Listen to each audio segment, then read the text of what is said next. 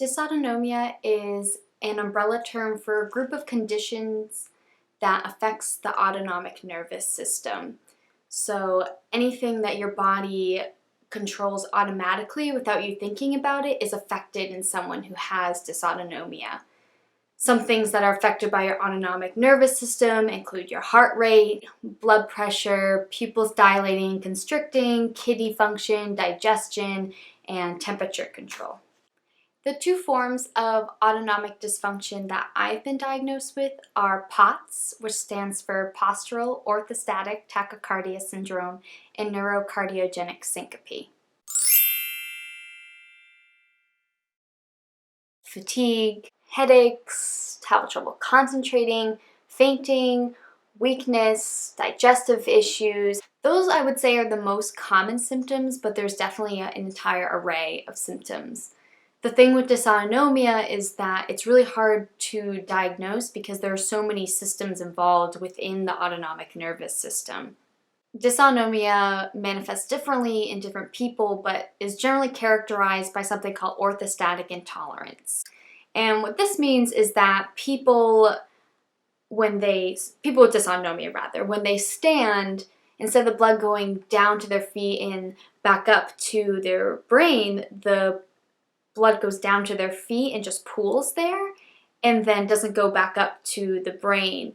And at this point, in someone who has POTS, that's when the tachycardia starts happening, the sped up heart rate, and the heart speeds up trying to overcompensate to try to get the blood up to the brain, but a lot of time it doesn't anyways, and the person will just pass out or feel really lightheaded and dizzy.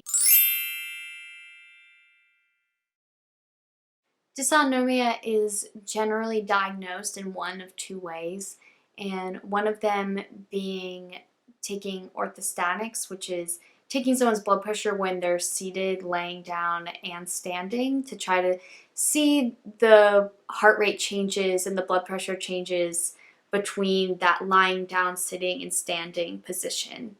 The other test that's commonly used is called a tilt table test, and this is actually how I was diagnosed.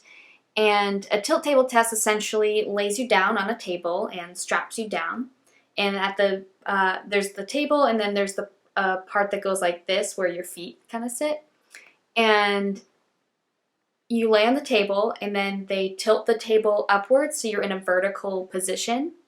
And from there, you just sit there until your body gives a dysautonomia kind of reaction. So your heart rate goes like crazy, or your blood pressure drops, or if you're like me, after a couple of minutes in, I just fainted in the middle of the test.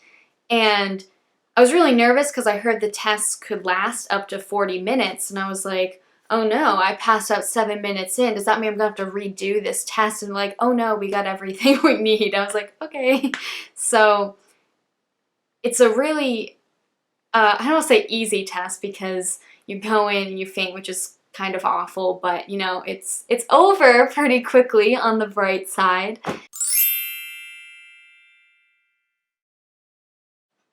So a question that I get asked a lot is, are you going to get better? And this is really tricky. I don't know if I'm going to get better because dysautonomia generally is kind of like a syndrome, at least POTS, it's Postural Orthostatic Tachycardia Syndrome.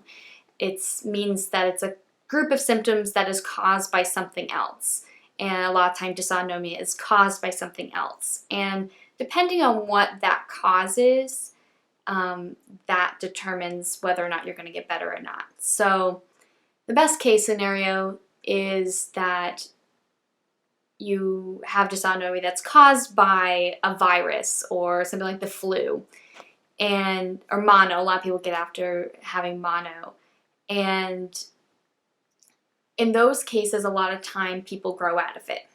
And then the other thing that it could be caused by is an autoimmune disease. And if you have dysautonomia that's caused by an autoimmune disease, you will generally not get much worse, but not get any better.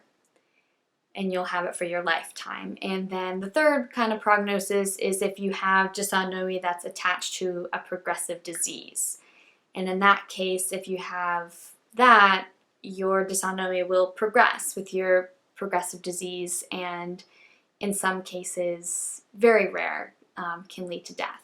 I think it's important to note that not every person with dysautonomia has the exact same symptoms. Some people have more symptoms than I listed before, and some people have less. And some people experience them mildly, and some people experience them really severely. If there is one thing I want you to take away from this video today, it's that dysautonomia isn't rare. It is rarely diagnosed, but there are millions of people who have this. And if you are someone who has it or thinks you have it, you are not alone by any means. Dysautonomia takes forever to get diagnosed. The average time it takes someone to get diagnosed with dysautonomia right now is 6 years. And they generally see about 5 to 7 physicians to get that diagnosis. I myself went through about a handful of misdiagnoses before I was diagnosed. And it took me about a year to get diagnosed. So I was lucky. I was extremely lucky.